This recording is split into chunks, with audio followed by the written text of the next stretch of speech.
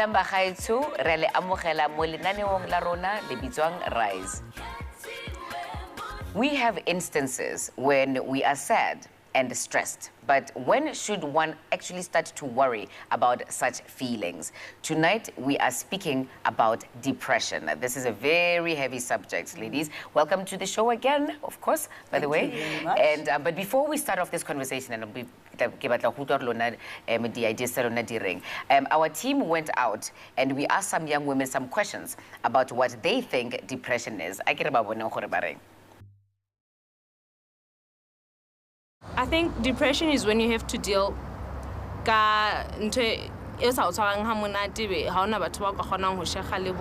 Well, to me, depression is when a person is isolated from other people, just sleep. You feel like life no longer has a meaning, so you prefer to be alone. You just live in this dark cloud or state of being. It's another level of stress of psychological health. Maybe it can be talked through, and some medication can be taken. Because in colored families, like my mom would always be like, drink maripollo. And she'd even be like, easy panados, and she'd put it by my bedside table, because to them it's like, it doesn't exist once again. They don't know how to deal with these things, so they rather take the tough approach to it. I don't think us black people have got much information about depression, what it is, how can you handle it. Because I say about I'm depressed. Like ask come up and don't like because it does about long as a girl and don't know I'm audition alone all the stuff about. I have suffered from sadness that I couldn't explain. I didn't understand it. And I was in denial about it for a very long time. Until someone said, maybe you should just consider the option. Because like in colored families, the Bastani, we believe in as Ethiopia, sortir that 8, get over it. I was going through a breakup. We dated for 4 years at university, and then he broke up with me the last year. And yeah, I was drinking a lot of wine, but I didn't get to the pure version. There's depression that you can sort out yourself. There's a state where you need someone else's perspective, and then there's clinically depressed where you just cannot lift your mood, the way you need medication, and that's a very far extent. But when you're on that treatment and when you sort out the root of the problem, I believe it can be sorted. Yes, it can be treated, but it needs a psychological treatment. Something First step, I think you should rather talk to someone you trust. If that person doesn't help you, and then you go to the second step 2. Step 2 can be like a doctor or whatever.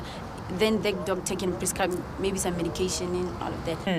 Well, go na le ba ba itshwereng and go na le ba ba sa itshwarang. Mara ke batla go itse from lona gore have you ever experienced such sadness or depression or know somebody who's had an extreme case of one or the other? I've got a thyroid problem, and part of it and it wasn't diagnosed for years. Right. And in fact, some of the symptoms I had were depression. I had to be put on depression medication. Because I think when I look at my pictures, I really do look like a miserable person. But at the same time, they've never been sad. Absolutely. The difference is sadness is thing, but depression when that sadness refuses to go away, is consistent over a period of time. Sadness probably triggered by something that happens, but you can get over it. Whereas depression, whether that there's been a cause of it, and there isn't necessarily a trigger for it. It's just a chemical and physical feeling where you just do not know what to do with yourself, and you cannot snap out of it as most people would like you to. And the thing is, as personally, I also struggled with differentiating with sadness, depression. Now I went through a breakup, and the first thing I could think of was, depressed. Do we all use that word into those words interchangeably? And I think in bothata because depression is a really, really serious condition. So you can't be like, hey, bang lahlile ke depressed, you know? Definitely a lack of knowledge. Depression and that's why it's a problem also. Hokira support holy depressed because like the family tsa gago ga di tsore depression keng like o mong o se buile mo inseteng gore ya mo go ka tla rona ko family ya rona wa ro depressed ba tlo re engwanyana wa tefa ya no you know so o ya go ka and stuff that is definitely a problem. Mara ke taba ya gore wa itse gore ke the way bophelo bo leng boima ka teng ha re ka nnela ra utlwella bothatanyana o molemo wa itse nna ke ikutlwela e tlo ba taba ya gore a istswa so mo because you have to be really strong as a person. Another thing ke gore we have not historically had those services in many communities. So ga o no sa tloela gore nkgono wa ga go kila ya go ngakeng ba maraba rona le depression wa mmona e treatiwa e overcomeiwa, how will you know about it? Mara ke ntse gape le re tlola re bua ka yona mo showng about everything, shame which also leads to stigma about depression. I've had depression before and a lot of people I suppose by ipotsa gore how do you know then the difference between I'm sad and I'm depressed? All I can say is you will know it because it feels like nothing you have ever experienced in your life. Enye into that I've heard abantu abadala bayisho ukuthi musadi uthwara thipa ka bohaleng. It's like you're supposed to suffer, you're supposed to feel that way, and when you feel that way uzaba stronger so ntana mqina. You know, you don't even know ukuthi fanele ukuthi uthini, fanele ukuthi uye kubani, fanele ukuthi uthathe ini, uyitreata kanjani. We don't know about it. Yeah, indeed. Momorago ga papatso, we will be joined by Bonnie Mbuli to speak more about her autobiography titled Eye Bags and Dimples.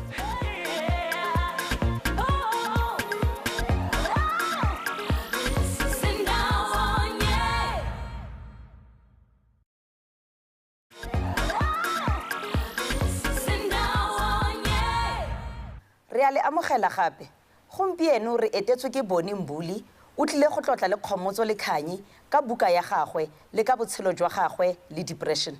Over to you guys. Thank you very much, Sis Lebo. Bonnie, welcome to the show. Thank you. Ke gopola hane ke fetsa go bala buka ya gago. I think ke go tweetile ke like, oh my goodness, oh my goodness. I was so excited. I really because I ke badile ka matsatsi a mararo. Wow. I couldn't put it down because it was so compelling. Go tlile yang gore o decide gore o ngwale buka? Wow, I was desperate. I needed an outlet. I needed to be heard. I needed it to legitimize what had happened to me because nobody around me could validate it. Sure. You know, and even the people who were involved in the pain, when I did speak to them about it, they were very dismissive of it or in denial. And so I just needed many people to hear the story. And it just gave me the legs to stand and I could move on. How did it feel being misunderstood by the world so much? At the time, I couldn't even differentiate between a misunderstanding of myself and that the world was misunderstanding me as well. So there's something wrong with me. I had to be separated into something is medically wrong with me, or is there something just wrong with my existence? And then having to overcome there's nothing wrong with my existence, there's nothing wrong with me, but there's something medically wrong with me, so I have a condition. When did you know that it's medically wrong instead of there's something wrong with me? When I finally could feel, no man, like there are things that are happening in me physically that I can't control, like panic attacks. Like waking up and not being able to get out of bed for at least 2 hours. But it was really the panic attacks that led me to a place of desperation, of like, oh shucks, this is going to take my life. Go kwala buka le go bua le mama gago ka depression, how has it affected the relationship ya lona? In my legitimizing my story, I legitimized my mom's experience. When I was diagnosed, I went to her and I said, Mama, can I leave clinical depression? And I'm going to go on medication. And she said, what is it? And I told her the symptoms. And she said, oh, I have that. I've always had that. And I said to her, oh, wow, like, oh. That was like another like opening in my life, like, oh my gosh. Then I was like, okay, we can get help together. And it was like, for her, it was like, no, you do it, it's cool. I found a way. Sort of but you found from relief, it, exactly. Yes. And then like, we are getting relationships with other people in your book and how they were wounded by depression. Were you able to mend them and how did you mend them? I think some things are just water under the bridge, and some are meant to remain in your life and walk with you, you know. Some experiences rather, and some people were just for that season, and others, you know, need to remain in your life, and and you need to work at those relationships. I can't think of anybody I'm still estranged from as a result of how I was behaving, because I wasn't necessarily aggressive or nasty or malicious in my way. I was just very withdrawn. I had a sense of, I don't need people, I'm self-sufficient, I must never be found wanting. How can the people around you support people who are clinically depressed? Yeah, I think the first thing is to not to be accusatory about the way that they are. You know, because a lot of us, when we're around somebody that we can feel is very depressed and has a low energy all the time, then we say, just cheer up, man. Just get over it. Hey, we're not so you know, we must always feel sorry for you. So it's about not, you know, accusing and making them feel like they're already doing something wrong, because they're already suffering. You know, like pointing fingers just intensifies it. And it's about creating safety, creating a safe environment where they can actually come out and say, guys, something's wrong, and help me. So, Bonnie, ke batla bua ka depression as a cultural taboo. So, ke batla etsa from an extract in your book. It says that I did begin to suspect that I might be depressed, but I didn't know where to begin to tackle such an issue. My cultural disposition and worldview couldn't allow this train of thought. I'd never known a black person who was feeling depressed. My cultural legacy demanded that I stop feeling sorry for myself. Things were far worse for most black Africans, and I didn't know, and I didn't have to look far for proof. Black people didn't sit around bemoaning their misfortune. They were professional sufferers and just kept doing what they had to do. I remember when I read this, I was like, yep, that's us. Professional sufferers. I like strong that. black sufferers. Strong yes, black strong woman. It's almost black like it comes woman. together. Why was it so important for you to spark this conversation, and also as a black woman? I was tired of the suffering, and I was tired of being a martyr, you know? And it was killing me. Essentially, it was actually drawing my life force from me, you know? I wanted to so desperately heal, and I wanted to so desperately let everybody else know that there was an opportunity to heal. Even Kontlung, when you say, I'm not feeling this, I'm not feeling that, it's like, yeah, we all have problems. You took your stuff, you put it on paper, everybody read it. And then what is the response? What has the response been? Has it been better or worse or surprising? But the response has been overwhelmingly positive. Right. The negatives were like tiny in comparison. Right. Yeah. And then khotsa medication go thusile. You know what taking medication was like for me? It was like it was as if I broke my leg and I put on a cast so that my bones could heal and find a way to put themselves together again. And then I could take off the cast and teach myself how to walk. Yeah. On that note, Ms. Mbuli, and your fabulous self. I can't wait to see what the future holds, and thank you very much for coming to share the story with us. Awesome. And I hope everybody watching will read this book. It is really quite beautiful and very useful, and it could be a great way to spark conversation for yourself and your family. Don't go away. We'll be back right after this break. And Teboho Munyamani from the South African Depression and Anxiety Group. Don't go away.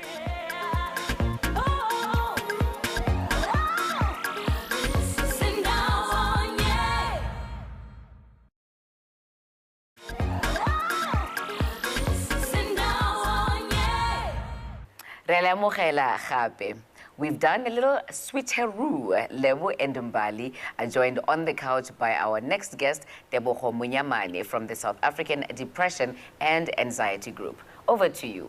Thank you, Khamuzo. Teboho, welcome. Can you please tell me about SADC?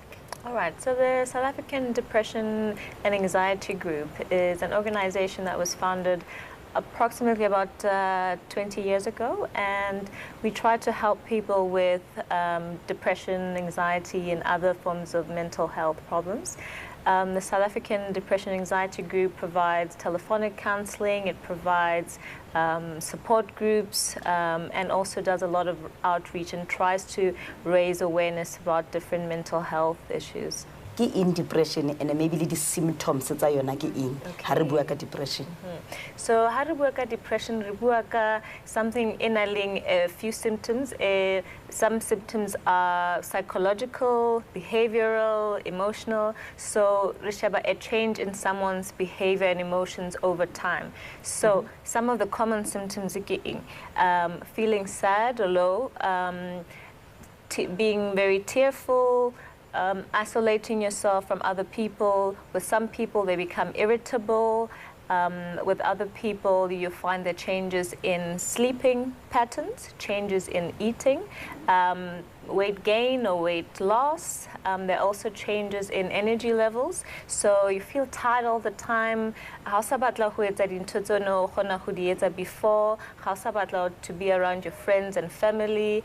There are those kinds of changes. So your mood is low for 2 weeks or more, then you start getting worried that it might be depression. And sister, I struggle with sadness and depression. Angazi ukuthi yini ama differences. When I'm sad, I often tend to ukuthi I'm depressed khona manje. Ngicela ukuthi ngiexplainele ukuthi yini I difference khona lapho. And it's very common hore sometimes when we're sad we just say I'm so depressed. That thing is so depressing. You know, but there's a difference between sadness and depression. So anyone can feel sad due to anything that can come up in your life that makes you feel sad. But when we're talking about depression, we're talking about those symptoms that I mentioned, 5 or more of those symptoms for a period of at least 2 weeks or longer. How do you get help from SADC? Okay. So SADC, Italy telephonic counseling. So if Usadzibi were to start, you can call SADC. We have 2 lines. There's a toll-free number as well that you call SADC, open from 8 in the morning to 8 in the evening. So when you don't know where to start and you're feeling stuck and you just need some help, you can just pick up the phone and call SADC. So there's no specific membership or way of joining, you just pick up the phone. Okay. But where are these services in our communities, and then what can a person do? How so those services? One thing I didn't mention as well, we also have a list of different kinds of professionals, counselors, psychologists, in different parts of the country. So, Hamoto Aleza Ariki, let's say, Gimo Free State, and someone then renale a resource book where we can look and see who around the area Momotuali thing. And another thing, actually a lot of our public hospitals and some of our public clinics, let's dinali a counselor or psychologist, but sometimes so how do you make the community be supportive to depression? I think interior awareness is so important because a lot of stigma around depression and any kind of mental health problem. And when it comes to the individual, familia high depression to